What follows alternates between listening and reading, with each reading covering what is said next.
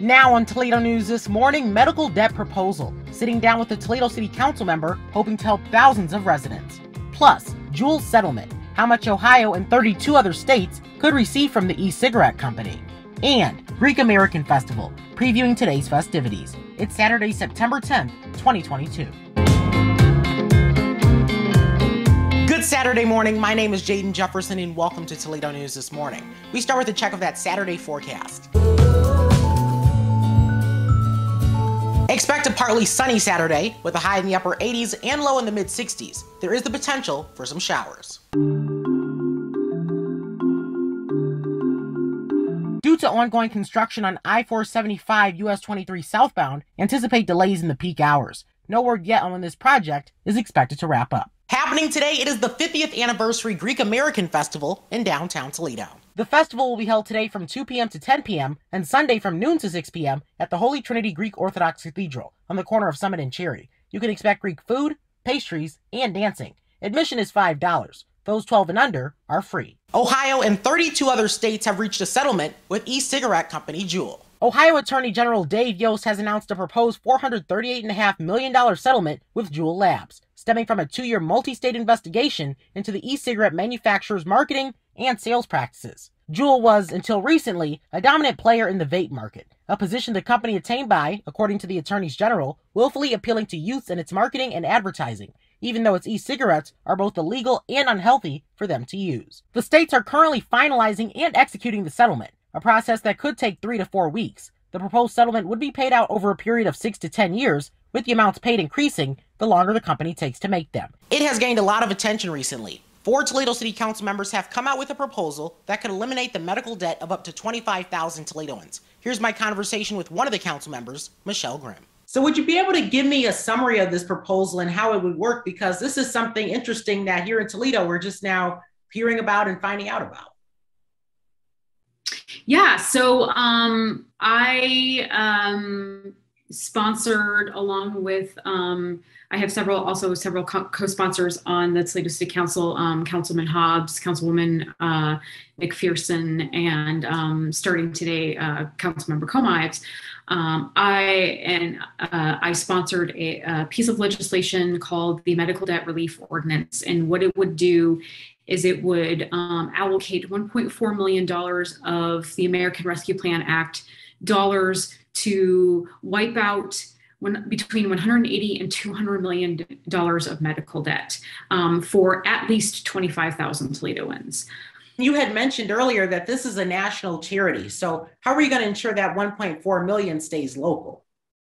So they are able to work with local hospitals and pool zip codes and other forms of, addresses, things like that, just to ensure that, the Toledo ARPA dollars are staying with Toledoans.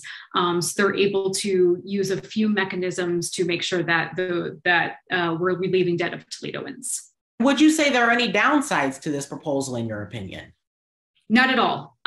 So this is a broad-based program. We're able to target up to 400% of the poverty level. So it's a range of everyone. So everyone is affected by medical debt. No one should be going bankrupt because they can't afford their medical bills. And it spans, every economic class, low class, working class, middle class, everybody. So it's a broad-based program. It's a 1 to 100 return on investment. So $1 eliminates $100 of medical debt. That's how we're able to allocate $1.4 million of ARPA funds to abolish $180 to $200 million of medical debt. I can't think of any better way to use our American Rescue Plan dollars and a better investment than medical debt relief. And being in local government, you know this better than I do, that with anything that council proposes, there will always be people who may not be in favor of it. So for people that don't believe this is a worthy investment, what do you say to them? Again, I say this is a 1 to 100 return. We all know everyone, we all know someone, maybe yourself, maybe a family member, an acquaintance, a friend who has had medical debt, who has had issues with paying their medical bills, has had a surprise bill from the doctor. It's estimated about 41% of adults in the United States have some form of medical debt. So we all know someone who this affects. And again, I can't think of a better return on investment than relieving medical debt for a 1 to 100 return. And when can we expect a vote on this proposal?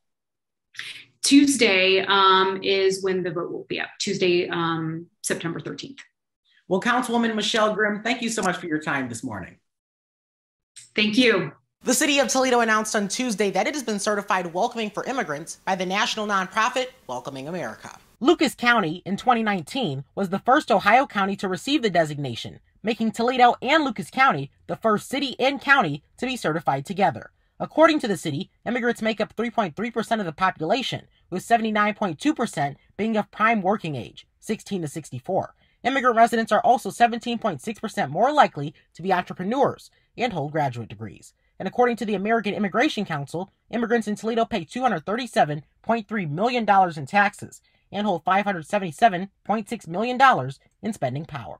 A small but mighty population, indeed. Ohio Governor Mike DeWine has announced more than 24 Ohio drug task forces are going to be soon receiving Recovery Ohio funding. Nearly $2.3 million in grants will be distributed among 30 drug task forces, which will be used to help identify high-level drug traffickers, dismantle trafficking rings, and prevent the sale of illegal narcotics to those suffering from substance use disorder.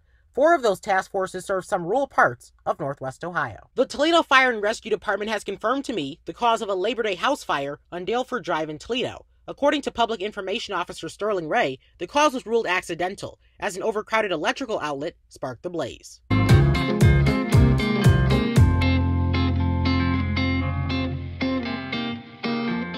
On Thursday, the Toledo-Lucas County Public Library held a kickoff event on the main lawn of downtown's main library for their $3.7 million levy renewal campaign. The levy, which is not a new tax, funds 55% of the services offered by the library. Local McDonald's restaurants are providing another way to support the Ronald McDonald House Charities of Northwest Ohio with their Sleeves for Support program. The fundraiser was developed in partnership with Coca-Cola and will generate funding for RMHC through sales of insulated beverage sleeves, specifically designed to hold 30-ounce cups for McDonald's. Sleeves are available now for $6 each, while supplies last. And that is your morning news for this Saturday. Have a great weekend.